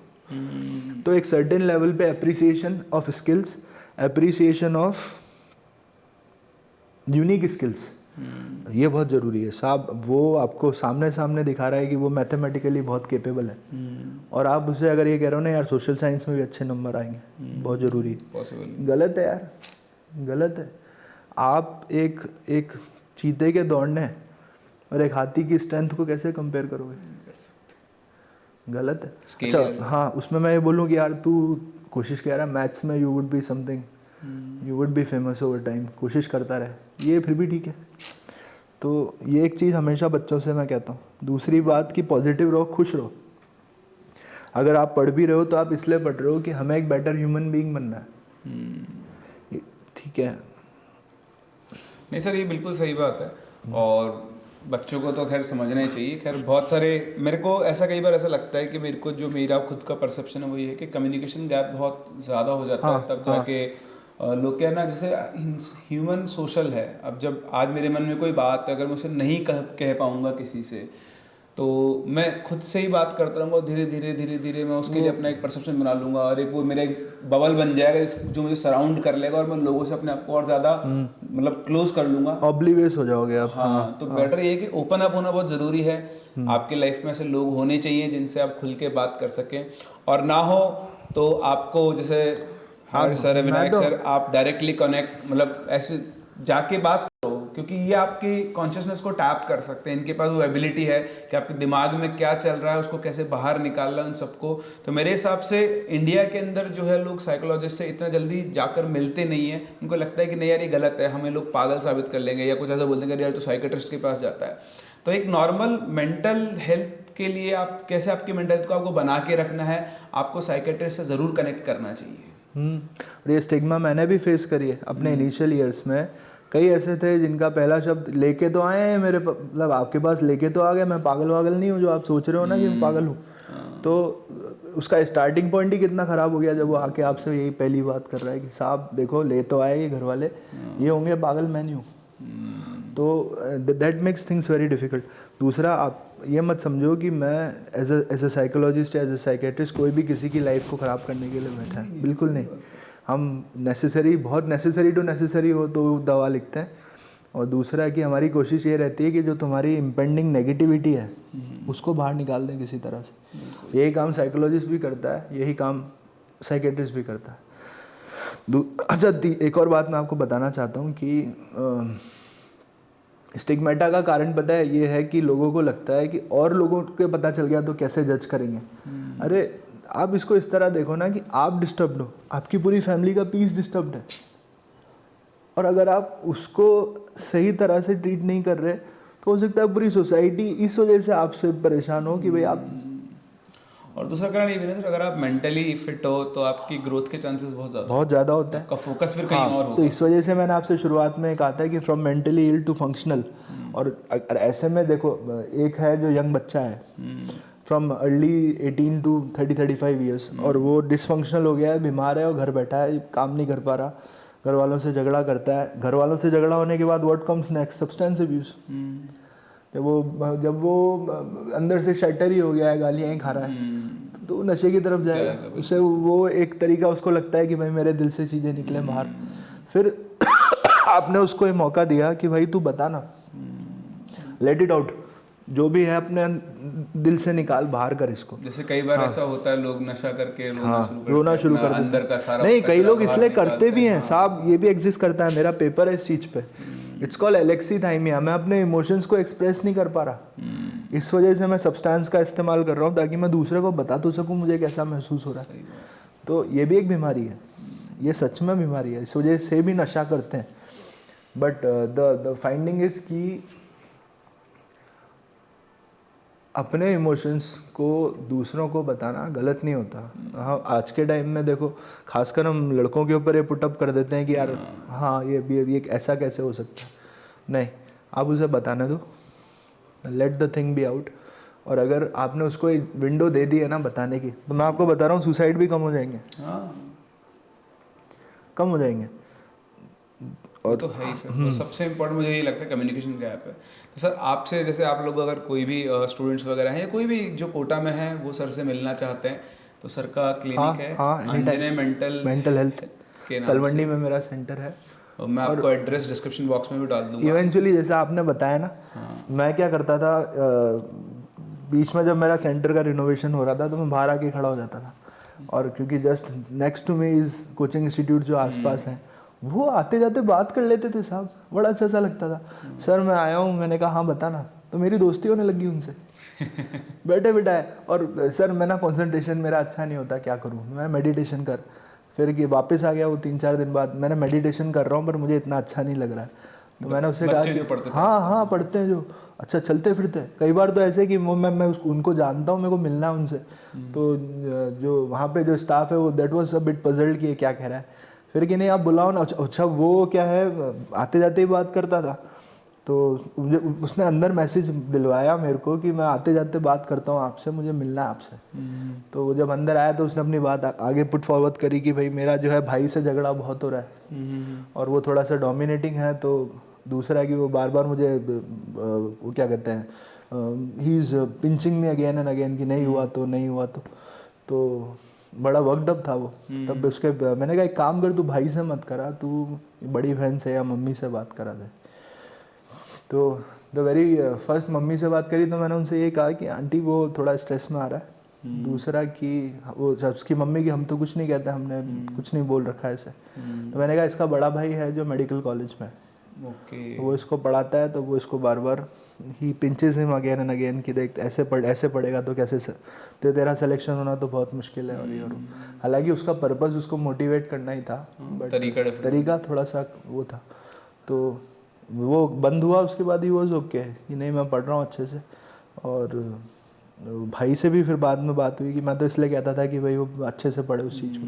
मैंने कहा देख उसको ऐसे बोलने की जगह ये बोल कि यार इसको ढंग से पढ़, इससे सवाल आते हैं, ये इंपॉर्टेंट अच्छा कर रहा है, हाँ बस इतना सा पार्ट और कर लेगा ना, ये ढंग से पढ़ क्योंकि इसमें से क्वेश्चन ज़्यादा आते हैं। भाई तूने मेहनत करी तो डॉक्टर बना, दैट इज़ वेरी गुड। तू उसको डायरेक्शन दे रहा है तो पॉजिटिव दे। बिल्कुल सही बात है। तो उसको ये बोल कि भाई ये बायोलॉजी में से ये तो रोज़ पढ़ना है तुझे क्योंकि इसमें से सवाल आते हैं, भूल जाते हैं हम, बार बार पढ़ना होता है। या तो उसको केमिस्ट्री के लिए गाइड कर रहा है तो उसे ये बता कि ये जो ऑर्गेनिक केमिस्ट्री है इसमें से ये पढ़। सर पता है ये एक बहुत बड़ी दिक्कत है जो आपने बाहर अभी आपके स्टेटमेंट से निकल के आई है कि आप जब जैसे आप नेट से आप मेरा बेटा है आपका बेटा है, आपने उसको क्रिकेट भेजने खेलने सीखने भेजा, आपने भेज दिया ना अकेडमी में, उस पर फेथ रखो। क्यों आप अपनी नॉलेज लगा रहे हो भाई साहब? यहाँ होता क्या सर, बच्चों के ऊपर जैसे तेरे टेस्ट में मार्क्स नहीं आए, तुम्हारे तो मार्क्स ही नहीं आते। अरे आप पिताजी हो ना, आपके मार्क्स आते थे, हाँ ये आप देकर देखो एग्जाम को। ये ना मेरा इस पे एक बार पहले भी डिस्कशन हुआ है। वो सारी चीज़ें जो अपनी लाइफ में नहीं कर पाए ना, वो बच्चे से एक्सपेक्ट करते हैं, ये सच्चाई है। बट उसके पीछे रीज़न ये है कि हमने जो दुराचार है, जो कंडीशन हमने देखी वो ये ना, पर वो ट्रांजिशन को नहीं समझ रहे ना कि आज का लाइफ का ट्रांजिशन अलग हो चुका है। उस टाइम इतनी अपॉर्चुनिटी, उस टाइम अलग तरह की अपॉर्चुनिटीज थी, आज अलग तरह की अपॉर्चुनिटीज है। तो लाइफ में अगर चीज़ों को समझे, बैलेंस करके चले, और बच्चे को एक भाई आपने जब उसको पढ़ने भेज दिया, हाँ वो नहीं पढ़ रहा था, उसे तरीके से उसको लाइन पे लेकर आए, इंस्टेड ऑफ कि उसको कुछ और बोल कर नेगेटिव अप्रोच के साथ लेकर जाएं। तो ये हम सबका ही रोल बनता है, टीचर्स का भी, पेरेंट्स मैं आपको इसमें एक बड़ी अच्छी सी कहानी बताता हूँ। मेरे नाना जी प्रिंसिपल थे हरियाणा में, गुड़गांव में। वो किसी को डांटते नहीं थे, वो उसको सपना दे के छोड़ देते थे, और एक ऐसा सपना जिसको वो जीना चाहता है। और देख बड़ा इंटरेस्टिंग सा है, इन्होंने बगल में जो थोड़ा घर दूर रहते थे, उनके पेरेंट्स एक्सपायर हो गए तो उन्होंने अडॉप्ट कर लिया था, गुजर फैमिली थी। इन्होंने उसको एक ऐसा सपना दिया जिसके लिए वो दूध बेचने के बाद भी, सारे दिन काम करने के बाद भी रात को आगे पढ़ता था। और वो सपना था कि तू अगर पढ़ लिख लेगा ना तो तेरी बहन की शादी भी अच्छे से अच्छी हो जाएगी, और जिन जो मिसबिहेवियर का तू सामना कर रहा है वो बंद हो जाएगा। बिल्कुल। बस ये देके, इतना सा एडवाइस देके, then the very next day ही केम बैक, मुझे किताबें दो। उन किताबों को पढ़ के वापस भी आया, अब मुझे क्या करना है, कैसे करना है। तो फिर उसका एग्ज़ाम का फॉर्म भरवाया कि भाई ये फॉर्म भर, तूने पढ़ाई अच्छी करी है। आप मानोगे नहीं, वो बंदा he is a leading contractor now. सही बात है। जहाँ पे आप ये एक्सपेक्ट कर रहे थे कि ये पढ़ लिख ले, बहुत मुश्किल है। और यही काम सबसे ज़्यादा पेरेंट्स के लिए ज़रूरी है, उसे ऐसा सपना दिखाओ जिसको वो जी सकता है, he feels happy doing that. जैसे एक बहुत स्किल्ड बच्चे को मैं बोलूँ यार, your skills would make you famous someday, you I can bat on that, वो सपने को जिएगा क्योंकि मैंने उसको वादा किया। आप समझ रहे हो कितना पॉजिटिव हो जाता है जब मैं कह रहा हूँ, मैं बता रहा हूँ तुझे, आई एम प्रॉमिसिंग यू, तो कुछ ना कुछ करेगा, देखना। सही बात। तो वो उसके लिए डायरेक्शन में लग जाता है। और इसी में आप नेगेटिव कर दो इसको ज़रा सा। सही बात है। परसेप्शन है ना माइंड का। और फिर आप उसकी साइकोलॉजी को नहीं जानते हो, किस तरह से कंसीव करेगा चीज़। साइकोलॉजी बच्चों की टिल 15 ईयर्स बहुत सिमिलर सी है। It's a very immature wait clay, गीली मिट्टी है वो, जैसे आप मोल्ड करो, जैसा आप मोल्ड कर दो वैसा। तो मैं अपने कन्वर्सेशंस में ये बोलता हूँ, बच्चों के आगे तो जितना पॉजिटिव रहो उतना अच्छा है। अच्छा, आपके आपसी फ्रिक्शन भी हैं अगर हस्बैंड वाइफ के, वो उसको बच्चे के आगे पुटअप बिल्कुल मत करो। इसका रीज़न बताता हूँ आपको। एक ऑप्थेल्मोलॉजिस्ट है जो मेरे साथ रेजिडेंसी में थी, उसने ये सोच ही रखा था कि वो शादी नहीं करेगी। एंड वैसे बहुत जोवियल थी, बहुत अच्छी कन्वर्सेशनिस्ट थी, बहुत अच्छी बातें करती थी, but when it comes to starting a family और गेटिंग मैरिड, वो बिल्कुल नहीं। She was okay with everything else, live in विव इन से वो शी वॉज ओके। जब उससे मैंने एक बार पूछ लिया, मैंने ऐसा क्या है, शादी नहीं करना चाहते आप? तो उसका आंसर ये था कि मैंने पूरी उम्र निकाल दी अपने पेरेंट्स को झगड़ा करते हुए देखते हुए, और वो दोनों एक दूसरे का चेहरा देख के खुश नहीं। एंड उसके आगे, हाँ उसके आगे मैंने पूछा भी नहीं, उसके आगे फिर कोई मतलब भी नहीं बनता। She told me the answer that I need. तो नहीं, मत पुटअप करो, बच्चों के आगे मत करो। लड़ना है तो अलग से, अलग से, हाँ ठीक है यार, उनकी पूरी साइक फ्रैक्चर हो जाती है, ट्रस्ट खत्म हो जाता है। They have issues trusting anyone in their whole life. भाई जो उसके सामने हो गया वो, और उसके दिल में ये डर कि ऐसा फिर से ना हो जाए। सही बात है। तो ये तो मैं बता रहा हूँ आपको कि प्री ऑपरेशनल स्टेजेस से लेके फंक्शनल स्टेजेस तक बच्चे का दिमाग जो है, from early 4 to 5 years to 16 years, वो एब्स्ट्रैक्ट करना सीख रहा होता है, वो दुनिया को इंटरप्रेट करना सीख रहा होता है। अब उसके आगे जो कांच आप लगा दो, दुनिया वैसी। बिल्कुल सही बात है, उसका नज़रिया आप कैसे भी हाँ चेंज कर हाँ सकते हैं। सही है सर, बहुत मज़ा आया आपके साथ चीज़ों को डिस्कस करके। मुझे बहुत तो अच्छा लगा। बिल्कुल सर, बहुत। और दोबारा हम लोग वापस से मिलेंगे, डिस्कशन करेंगे पॉइंट्स पे। तो आप अगर सर से मिलना चाहते हैं, आप कोटा से बाहर के लोग के लिए भी हम बहुत जल्दी कुछ करने वाले हैं, आपसे कनेक्ट कर पाएंगे। इवेंचुअली आप किस टॉपिक पे बात करना चाहते हो ना, वो भी आप पिन कमेंट में या मैसेजेस में छोड़ सकते हो, तो मुझे एक तरह से डायरेक्शन मिल जाता है कि ये टॉपिक जो है वो अच्छा लग रहा है लोगों को। हाँ, आपको अगर लगता है कुछ और क्वेश्चंस हैं जो आप पूछना चाहते हैं सर से रिलेटेड टू पैरानॉर्मल और साइकेट्री, तो आप कमेंट सेक्शन में ज़रूर बताएं, हम लोग नेक्स्ट पॉडकास्ट प्लान कर सकते हैं आपके दिए गए टॉपिक्स के बेसिस पे। हाँ बिल्कुल, और उसी डायरेक्शन में फिर इंटरव्यू या उसी पॉडकास्ट को उसी डायरेक्शन में लेके जाएंगे। बिल्कुल। तो मिलते हैं फिर हम लोग अपने अगले पॉडकास्ट में। थैंक यू फॉर लिसनिंग और signing off, tata bye bye.